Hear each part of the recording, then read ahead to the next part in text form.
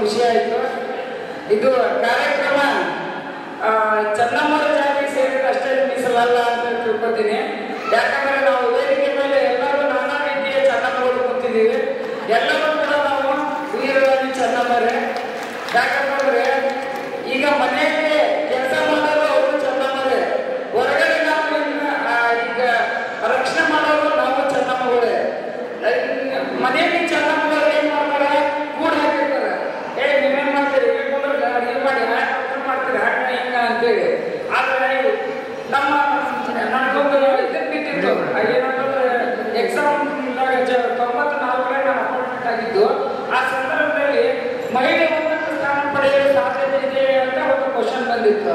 ನಾವು ಅವಾಗ ಸುಮ್ಮನೆ SSLC ಕಲ್ತಾಗೆ ನಾವು ಬಹಳ 18 ವಯಸ್ಸು 19-20 ವರ್ಷ ಇದ್ದಿಲ್ಲ ನನಗೆ. ಯಾಕೆ ಸಾಧ್ಯ ಇಲ್ಲ, ಮಹಿಳೆ ಉನ್ನತ ಸ್ಥಾನ ಪಡೆಯಲು ಯಾಕೆ ಸಾಧ್ಯ ಇಲ್ಲ? ನಮ್ಮ ವೀರರಾಣಿ ಚೆನ್ನಮ್ಮ ಅವ್ರ ಸ್ಥಾನ ಉನ್ನತ ಸ್ಥಾನ ಪಡೆದಿಲ್ಲ ಅವರು. ಆಮೇಲೆ ನಮ್ಮ ಅವಾಗ ಅವರು ಬಹಳ ಇದು ಇತ್ತು ಆಡಳಿತ. ಮತ್ತೆ ನಮ್ಮ ಇಂದಿರಾಗಾಂಧಿ ಉನ್ನತ ಸ್ಥಾನ ಪಡೆದಿದ್ದಾರಲ್ಲ, ಯಾಕಿಲ್ಲ ಅಂತ ಇದೇ ಹೆಸರು ನಾನು ಆನ್ಸರ್ ಕೊಟ್ಟಿದ್ದೆ. ಅದಕ್ಕೆ 25-26 ಮಾರ್ಕ್ಸ್ ತಗೊಂಡ್ಬಿಟ್ಟಿದ್ದೆ ನಾನು. ಅದಕ್ಕೆ ನಾವು ಮಹಿಳೆಯರು ಯಾವುದಕ್ಕೂ ಕಡಿಮೆ ಇಲ್ಲ ಅನ್ನುವಂಥದ್ದು ನಮ್ಮ ವೀರರಾಣಿ ಚೆನ್ನಮ್ಮರು ಆ ಕಾಲದಲ್ಲಿ ತೋರಿಸ್ಕೊಟ್ಟಿದ್ದಾರೆ.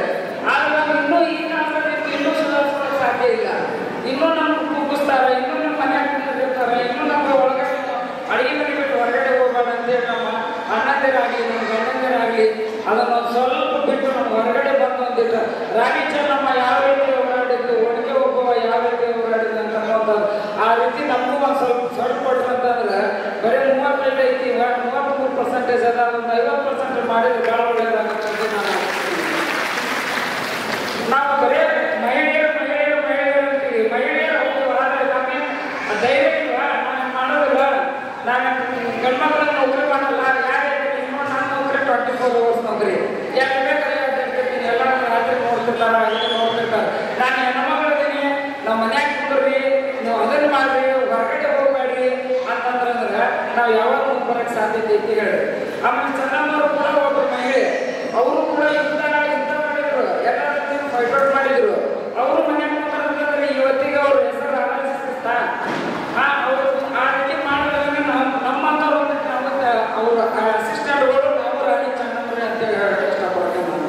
ಯಾಕಂದ್ರೆ ಅವ್ರದ್ದು ನಾವು ಮನೆಯಲ್ಲಿ ಇಟ್ಕೋತೀವಿ, ರಾಣಿ ಚೆನ್ನಮ್ಮನ ಮನೆಯಲ್ಲಿ ಇಟ್ಕೋತೀವಿ, ಒಣಗೆ ಹೋಗೋರು ಮನೆಯಲ್ಲಿ ಇಟ್ಕೋತೀವಿ. ಅವರು ಅಷ್ಟು ಧೈರ್ಯದಿಂದ ಮಾಡಿರೋದ್ರ ಮೇಲೆ ನಾವು ಇಲ್ಲಿ ಇಟ್ಕೊಂಡು ಸ್ವಲ್ಪ ಮಟ್ಟಿಗೆ ಆದರೂ ಕೂಡ ಅವರಷ್ಟು ಮಾಡಕ್ಕೆ ಸಾಧನೆ ಆಗಿಲ್ಲ, ನಾವು ಸ್ವಲ್ಪ ಮಟ್ಟಿಗೆ ಸಾಧನೆ ಮಾಡಿ ಮಹಿಳೆಯರ ಸ್ಥಾನಕ್ಕೆ ನಾವು ಒಂದು ಗೌರವ ಗುಣವರು ಹಾಕ್ಬೇಕಂತ ನಾನು ಈ ಸಂದರ್ಭದಲ್ಲಿ ನಾನು ಇಷ್ಟಪಡ್ತೇನೆ.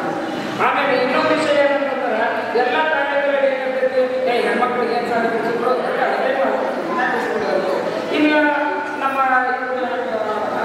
ಚಂದ್ರಾಸ್ ಮೇಡಮ್ ಆಗಲಿ, ಆಮೇಲೆ ನಮ್ಮ ಇವರು ಬೇಬಿ ಮೇಡಮ್ ಆಗಲಿ, ನಮ್ಮ ಸ್ಕೂಲಿಗೆ ಮುರಳಿ ಮೇಡಮ್ ಆಗಲಿ, ಆಮೇಲೆ ಎಲ್ಲ ತಾಯಂದರಾಗಲಿ, ಈಗ ನಿಮ್ಮ ಮಕ್ಕಳಿಗೆ ಕೆಲವೊಬ್ರು ಧೈರ್ಯದಿಂದ ಕಲಿಸ್ತಾರೆ, ಏನಾಗುತ್ತೆ ಅವ್ನು ಕಲಿಸಿದಾಗ ಅಂತೇಳಿ ಹೆಣ್ಮಕ್ಳಿಗೆ.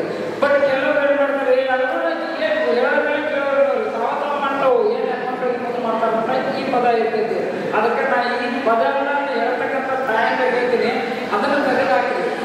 ನೀವು ತೆಗೆದಾಕಲಿಲ್ಲ ಅನ್ನೋದು ನಾವು ಮಹಿಳೆಯರು ಮುಂದೆ ಬರೋಕ್ಕೆ ಸಾಧ್ಯನೇ ಇಲ್ಲ. ನಾವು ಹೆಣ್ಮಕ್ಳು ನಾವು ಇನ್ನೂ ಹಿಂದಿನ ಕಾಲದಲ್ಲಿ ಒಂದಿಷ್ಟು ಜನ ವಿನಾಯಕ ಭಾಳ 10% ಅಷ್ಟು ಹೊರಗಿದ್ದೀವಿ, ಇನ್ನು 90% ನೀವು ಒಳಗಡೆ ಇದ್ದೀರಿ.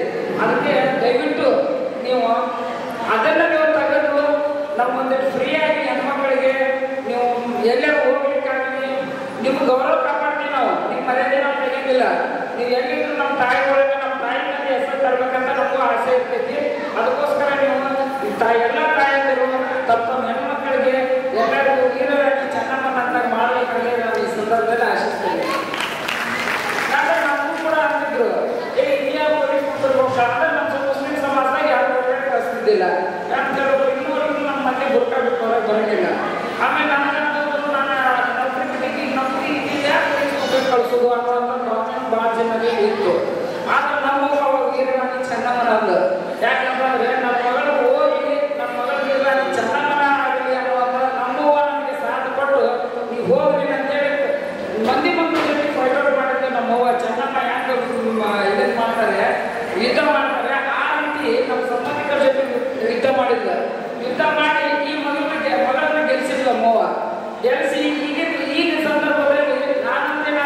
ಗೊತ್ತಿಲ್ಲ. ಆದರೆ ನನಗೆ ಈ ಸ್ಥಾನ ಈಗ ಪೊಲೀಸ್ ಸ್ಟೇಷನ್ಗೆ ಏಜೆಂಟ್ ಅವ್ರಿಗೆ ಕೊಟ್ಟಂತ ಸ್ಥಾನ ಅವ್ರಿಗೆ, ಆಮೇಲೆ ಮಹಾಂತಪಾಚಾರ್ಯ ಮುತ್ತುಸ್ಕಾಚಾರ್ಯರಿಗೆ ನಾನು ಎಲ್ಲ ಆಶೀರ್ವಾದದಿಂದ ನಾನೊಂದಿಗೆ ಚಿಕ್ಕ ಚನ್ನಮ್ಮನಾಗಿ ನಾನು ಕೆಲಸ ಮಾಡ್ತಾ ಇದ್ದೀನಿ ಅಂತ ನನಗೆ ಅದು ಭಾಳ ಹೆಮ್ಮೆ ಇದೆ. ನನಗೆ ಇದು ಈ ಪ್ಲೇಸ್ ಸಿಗ್ಬೇಕು ಇಲ್ಲೋ, ಇದ್ರ ಎಲ್ಲಿ ವಂಚಿತರಾಗ್ತೀನೋ ನನಗೆ. ಯಾಕಂದ್ರೆ ಮಹಾಂತಪಾಚಾರ್ಯ ಮುತ್ತುಸ್ಕಾಚಾರ್ಯರ ಆಶೀರ್ವಾದ 32 ವರ್ಷದಿಂದ ಇದೆ ನನಗೆ. ಈಗ ಮೊದಲಿಂದ ನನ್ನಂದ್ರೆ ನಾನು ಓದಿದ್ರು ಮಹಾಂತಪಾಚಾರ್ಯ ಸ್ಕೂಲ್ನಲ್ಲಿ, ಆಮೇಲೆ ನನಗೆ ಎಲ್ಲ ಪ್ರಮೋಷನ್ ಕೊಟ್ಟಿದ್ರು ಈ ಆಶೀರ್ವಾದದಲ್ಲೇ. ನನಗೆ ಮಹಾಂತಪಾಚಾರ್ಯ ಮುತ್ತುಸ್ಕಾಚಾರ್ಯರಲ್ಲಿ ಎಲ್ಲ ಪ್ರಮೋಷನ್ ಇಲ್ಲೇ ಸಿಕ್ಕಿದ್ದಾವೆ. ಆದರೆ ನನಗೆ ಒಂದು ಆಸೆ ಏನಿದೆ ಅಂತಂದರೆ ಇಳಕಲ್ ಪೊಲೀಸ್ ಸ್ಟೇಷನ್ನಲ್ಲಿ ನಾನು ಒಂದು 2002 ಮಾಡಬೇಕು. ನಾನು ಇಳಕಲ್ ಜನತೆಗೆ ಸ್ವಲ್ಪ ನಾನು ಅವರಿಗೆ ಸಹಾಯ ಮಾಡಬೇಕು, ಆಮೇಲೆ ರಕ್ಷಕರಾಗಿ ನಾನು ಕೆಲಸ ಮಾಡಬೇಕು. ಯಾಕಂತಂದರೆ ನನಗೆ ಮುನ್ನೂರು ತವರು ಮನೆಯಲ್ಲ, ನಂದು ಇಳಕಲ್ ತವರು ಮನೆ ನಂದು. ನಾನು ಈ ನನ್ನ ತವರು ಮನೆಗೆ ನಾನು ಹೆಸರು ತರಬೇಕು ಅನ್ನೋ ಆಸೆ ಭಾಳ ಇತ್ತು ನನಗೆ. ಅದನ್ನು PSI ಆದಮೇಲೆ ಒಂದು ಸ್ವಲ್ಪ ದಿವಸ ನನಗೆ ಸಿಗಲಿಲ್ಲ ಅವಕಾಶ. ನಂತರ ಒಬ್ಬರು ಮಾನಜಪ್ಪ ಆಚಾರ್ಯ ಅಪ್ಪನವ್ರ ಹೊಟ್ಟೆಗೆ ಒಬ್ಬರು ಮತ್ತೊಬ್ಬರು ನನಗೆ ಅಜ್ಜರಾಗಿ ಬಂದರು, ನನಗೆ ಆಶೀರ್ವಾದ ಕೊಟ್ಟರು. ನನಗೆ ಅಲ್ಲಿ ಇಳಕಲ್ ಏನೇನು ಸಿಕ್ತು. ನಾನು 2 ವರ್ಷ ತನಕ ನಾನು PSI ಮಾಡಿದ್ದೀನಿ. ಆದರೆ ನಮ್ಮ ಇಳಕಲ್ ಜನತೆಗೆ ಏನೂ ಆಗಬಾರ್ದು ಅನ್ನುವಂಥದ್ದಿಂದ ನಾನು ಹಗಲು ರಾತ್ರಿ ಕೂಡ ನಾನು ಚೆನ್ನಮ್ಮನ ಹ್ಯಾಂಗ್ ಇದನ್ನು ಮಾಡ್ಕೊಂಡಿದ್ರು ಆಳ್ವಿಕೆ, ಆ ರೀತಿ ನಾನು ಆಳ್ವಿಕೆ ಮಾಡ್ತಾ ಇದ್ದೀನಿ. ಆಮೇಲೆ ನಿಮ್ಮೆಲ್ಲರ ಸಹಕಾರ ನನಗಿದೆ. ಇಳಕಲ್ ಜನತೆಗಾಗಲಿ ನಮ್ಮ ಅಪ್ಪವ್ರ ಆಶೀರ್ವಾದ, ಆಶೀರ್ವಾದ, ಎಲ್ಲ ನಮ್ಮ ನಾಯಕರ ಆಶೀರ್ವಾದ ಕೂಡ ನಮಗಿದೆ. ಆಮೇಲೆ ಹೆಣ್ಮಕ್ಳಿಗೆ ಭಾಳ ಒಂಥರ ಬಡವರಿಗಂತೂ ಒಂಥರ ಹೇಳ್ತಾರೆ, ಏನು ಬಿಡು ಇದೆಯಾ ಅಂದ್ರೆ ನಾವು ಇದ್ದವರು ಕೆಲವೊಬ್ರು ಇದ್ದವ್ರು ಇರ್ತೀರಲ್ಲ, ಬಡವರು ಸ್ವಲ್ಪ ಸಾರಿ ಕಲಿತೀವಿ ಅಂತಂದ್ರೆ ಯಾರು ಸ್ವೀಕಾರ ಮಾಡೋಂಗಿಲ್ಲ. ಈ ವಿಷಯ ಯಾಕೆ ಹೇಳ್ತೀನಿ ನಾವು ಅಂತಂದರೆ, ಒಬ್ಬೊಬ್ಬರು ತಾಯಂದಿರು ಯುದ್ಧ ಮಾಡಿ ಹೇಳಿದಲ್ಲ, ನಾನು ಚೆನ್ನಮ್ಮನಾಗಿ ಯುದ್ಧ ಮಾಡಿ ಮಕ್ಕಳಿಗೆ ಮುಂದೆ ತರಲು ಯಶಸ್ವಿ ಆಗ್ತಾರಲ್ಲ, ಅದಕ್ಕೆ ನಾನು ಉದಾಹರಣೆಯನ್ನು ನಾನು ಹೇಳಕ್ಕೆ ಇಷ್ಟಪಡ್ತೀನಿ. ಯಾಕಂತಂದರೆ ನನಗೆ ಕುಗ್ಸಕ್ಕಿದ್ರಲ್ಲೇ ಓದಬೇಡ ಸಾಕು, ಈಕೆಯ ಓದಿಸ್ಬೇಕು, ಈಕೆಯ ಬೇಕು, ಒಕ್ಕಲತನ ಮಾಡ್ತಾನೆ ಅವರಪ್ಪ, ರೈತರ ಮಗಳಿಗೆ ಯಾಕೆ ಬೇಕು ಅನ್ನೋಂಥ ಕಾರಣ ಭಾಳ ಬಂದಿತ್ತು. ಆದರೆ ನಮ್ಮವ್ವ ಕೇಳಿಲ್ಲ, ನಮ್ಮವ್ವ ಕೂಲಿ ಮಾಡೋದು ನನ್ನ ಮಗಳು ಕರ್ಕೊಂಡ್ಬಿಡ್ತೀನಿ ಅಂತ ನಾನು ಕಳಿಸ್ಬಿಡ್ತಾ ಇದ್ದೀನಿ. SSLC ಮುಗಿದು ಮುಂದೆ ಯಾರು ಮಾಡಿ ಸಂಸ್ಕೃತ ಬಿಡಿಸ್ಬಿಟ್ರು, ಬೇಡ ಬಿಡುತ್ತೆ ಸಾರಿ ಇರ್ತೀವಿ. ಆದರೆ ಸೋಲಿಲ್ಲ ಮುಂದೆ ಎಂಪ್ಲಾಯ್ಮೆಂಟ್ ಹಚ್ಚಿದ್ದೀವಿ. ನೌಕರಿ ಬಂದ್ಬಿಟ್ಟು ನಾನು SSLC ನೌಕರಿ ಬಂದಮೇಲೆ ಹೇಗೆ ನಮ್ಮ ಜೊತೆ ನೌಕರಿ ಕಳಿಸ್ತಾ ಅಂತ ನೋಡಿ ಸೇರಿ ನೌಕರಿ ಕಳಿಸ್ಬೇಕು. ನಮ್ಮ ಅಪ್ಪ ಇದ್ದಿಲ್ಲ, ನಮ್ಮ ಅಪ್ಪ ತೀರ್ಕೊಂಡಿದ್ದಾರೆ. ಮನೆಗೆ ಹೆಣ್ಮಕ್ಳು ಅಷ್ಟೇ ಇದ್ರೆ ನಾವು ಭಾಳ ಕಷ್ಟ ಆಗುತ್ತೆ. ಆಮೇಲೆ ಹಿರಿಯ ಮಗಳು ನಾನೇ, ನಮ್ಮ ಊರ ಭಾಳ ಟೀಕಿಸಿದ್ರಿ ನೌಕರಿ ಕಳಿಸ್ತಾ ಅಂತೇಳಿ. ನಮ್ಮವ್ವ ನಾವು ಸೇರ್ಕೊಂಡು 10 ದಿವಸ ಇರಲಿಲ್ಲ, 2 ದಿವಸದಾಗ ಗಡ್ಡೆಗೆ ಹಾಕಿದ್ದೀವಿ. ಆಗ ಬಂದಿದೆ ಇದರಲ್ಲಿ ಹೋಗ್ಬಿಡುವ ನೀನು ಅಂತೇಳಿ ನಮ್ಮವ್ವ ಕಳಿಸ್ಬಿಟ್ರೆ ಹೋದೆ. ನಾನು ಹೋದ ಮೇಲೆ ಕೂಡ ಅವ್ರು ಕೆಲವೊಬ್ರು ನಮ್ಮ ಮನೆಗೆ ಫಂಕ್ಷನ್ ಇದ್ರೆ ತಪ್ಪಾಗಿತ್ತು, ಕ್ಷಮಾಪಣೆ ಕ್ಷಮೆ ಕೇಳಿದಷ್ಟೇ ನಾವು ಮನೆಗೆ ಫಂಕ್ಷನ್ ಬರ್ತೀವಿ, ಇದು ಬರೋಂಗಿಲ್ಲ. ಮುಂದೆ ಒಂದಿನ ನಮ್ಮ ದೇವ್ರು ಬಿಟ್ಕೊಂಡ ಫಂಕ್ಷನ್ ಮುಗೀತು. ನಂತರ ನಮ್ಮ ತಂಗಿನ ರಾಣಿ ನಿರ್ಧಾರ ಮಾಡಿದೆ, ನಾನು ಮದುವೆ ಮಾಡ್ಕೋಬಾರ್ದು ನಿರ್ಧಾರ ಮಾಡ್ತೀನಿ. ಯಾಕೆ ಮಾಡಿದ್ರೆ ನನ್ನ ರೊಕ್ಕ ಖರ್ಚು ಮಾಡಿ ನಾನು ಫಂಕ್ಷನ್ ಮಾಡಿದ್ರೆ ಇವ್ರಿಗೆ ತಪ್ಪಾಗೈತೆ, ನೌಕರಿಗೆ ಹೋಗಿ ತಪ್ಪಾಗೈತೆ, ನೀವು ಬರಬಾರ್ದು, ನಾನು ಕ್ಷಮಾಪಣೆ ಕೇಳಿ ಕರ್ಕೋಬೇಕು. ನಾನು ಲಗ್ನ ಮಾಡ್ಕೊಂಡು ನಾನು ಮದುವೆ ಯಾರು ಮಾಡೋದು ಅನ್ನೋಂಥ ಒಂದೇ ಉದ್ದೇಶದಿಂದ ನಾನು ನನ್ನ ತಂಗಿ ಲಗ್ನ ಆಗೋದಾಗ ನಾನು ಮಾಡೋದಿಲ್ಲ ಅಂತ ಡಿಸೈಡ್ ಮಾಡ್ಕೊಂಡಿದ್ದೆ. ಮೊದಲು ನಾನು ತಂಗಿ ಮದುವೆ ಮಾಡಿದೆ. ಆ ಸಂದರ್ಭದಲ್ಲಿ ನಾನು ಅದೇ ಒಳ್ಳೆ ಇಟ್ಟವರು.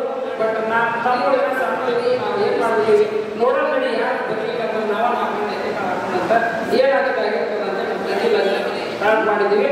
ಮಾತಪ್ಪ ಜೊತೆಗೆ ಯಾಕೆ ಜಮಾ ಆಗ್ತಾರೋ ಜನ ನನ್ನ ತಂಗಿ ಲಗ್ನಕ್ಕೆ ನಾನು ಜಮಾ ಆದ್ರು ಮಂದಿ ಎಲ್ಲ ಕೂಡ ನಮ್ಮ ತಂಗಿಗೆ ಆಶೀರ್ವಾದ ಮಾಡಿದ್ರು. ಅವಾಗಂದ್ರು ರಾಜ ಲಗ್ನ ಆ ರೀತಿ ಮಾಡ್ತಿದ್ದೆ ನನಗೆ ಗೊತ್ತಿಲ್ಲ. ರಾಜನ ಮಗಳು ಇಷ್ಟೆಲ್ಲ ನಿಂತ್ಕೊಂಡು ಇಷ್ಟು ಜನ ಕರ್ಕೊಂಡು ಇಷ್ಟು ಜನ ನಮ್ಮ ಅಪ್ಪನ ಹೆಸರು ರಾಜ ಸಾಗರ್ ಮಾಡಿದ್ರಲ್ಲ ಅನ್ನೋದು ನನ್ನ ವರ್ಡನ್ನು ನಾನು ಅದನ್ನು ಬೆಳೆಸ್ಕೊಂಡೆ. ಮುಂದಾದ್ಮೇಲೆ ನನ್ನದು ಮದುವೆ ಆಯಿತು. ಅದು ದೇವ್ರ ಹೆಣ್ಣು ಎಷ್ಟು ಚೆನ್ನಾಗ್ಯಾವ ನೋಡಿ ನಮ್ಮ ಅಜ್ಜಗಳು ಪ್ರಪಂಚ ಮುಗಿಸ್ತಾರೆ.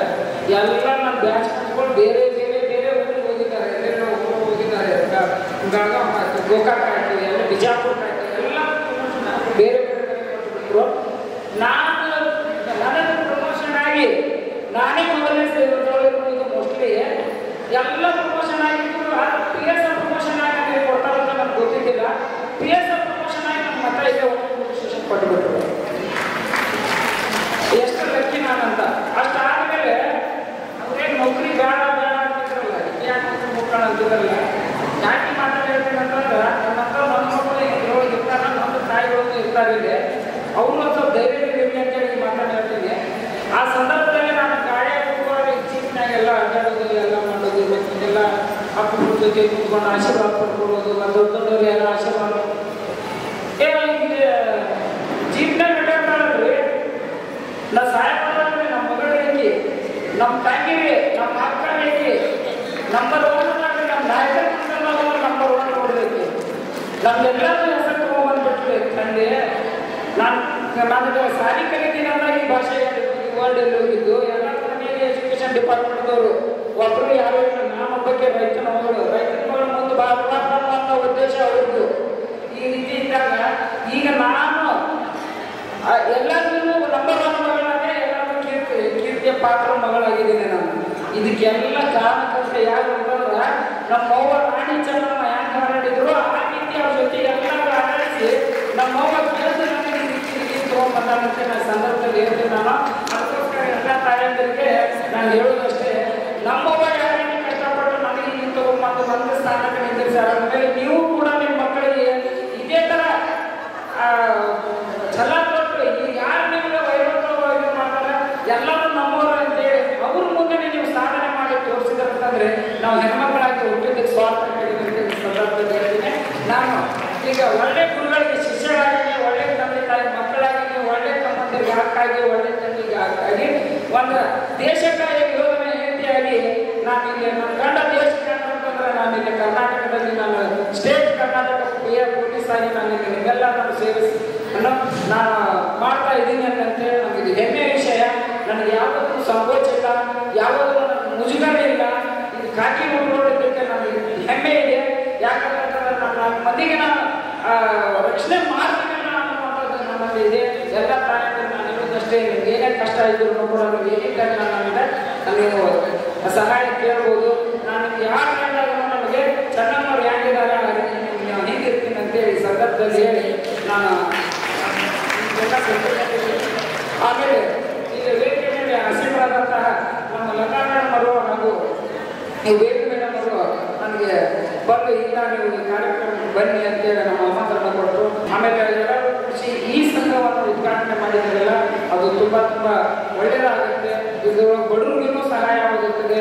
ಎಲ್ಲರೂ ನಾವು ಇದ್ದವರು ಶ್ರೀಮಂತರು ಅಂತ ಹೇಳಿಲ್ಲ, 10% ಶ್ರೀಮಂತಿದ್ರು 90% ಬಡವರು ಇರ್ತಾರೆ. ಈ ಸಂಘದಿಂದ ಎಲ್ಲರಿಗೂ ಕೂಡ ಸಹಾಯ ಆಗಲಿ ಅನ್ನುವಂಥದ್ದು ನಾನು ಇಲ್ಲಿ ಹೇಳಲಿಕ್ಕೆ ಇಷ್ಟಪಡ್ತೀನಿ.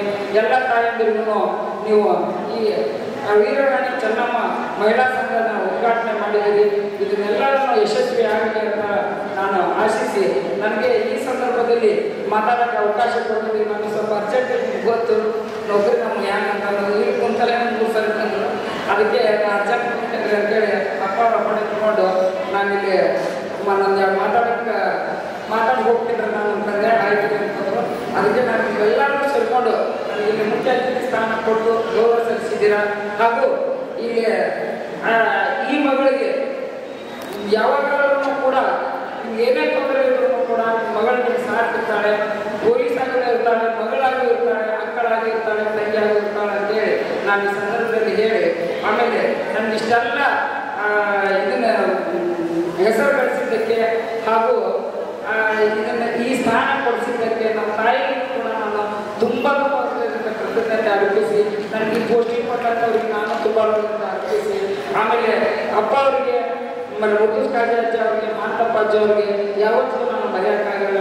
ಅವರಿಬ್ಬರಿಗೂ ನನ್ನ ಆಶೀರ್ವಾದ ಇರತಕ್ಕ ನನಗೇನೂ ಆಗೋಂಗಿಲ್ಲ ಅಂತೇಳಿ ಹಾಗೂ ಇಲ್ಲಿ ಪತ್ರಿಕಾ ಮಾಧ್ಯಮದವರಿಗೆ ಹಾಗೂ ಮೀಡಿಯಾದವರಿಗೆ ಛಾಯಾಗ್ರಾಹಕರಿಗೆ ಎಲ್ಲರಿಗೂ ತುಂಬ ಹೃದಯದಿಂದ ನಾನು ಅವನನ್ನು ತಿಳಿಸಿ ನನಗೆ ಇಲ್ಲಿ ಮಾತಾಡೋಕ್ಕೆ ಅವಕಾಶ ಕೊಟ್ಟಂಥ ಎಲ್ಲ ತಾಯಂದಿರಿಗೆ ಹಾಗೂ ಅಣ್ಣ ತಮ್ಮಂದಿರಿಗೆ ನನ್ನ ತುಂಬ ಧನ್ಯವಾದವನ್ನು ತಿಳಿಸಿ ನನ್ನ ಮಾತು ಮುಗಿಸ್ತೀನಿ. ಜೈ ಹಿಂದ್, ಜೈ ಕರ್ನಾಟಕ. ಇನ್ನಷ್ಟು ಅಪ್ಡೇಟ್ಗಳಿಗಾಗಿ ಫಾಲೋ ಮಾಡಿ ವಿಜಯ ಧ್ವನಿ ನ್ಯೂಸ್.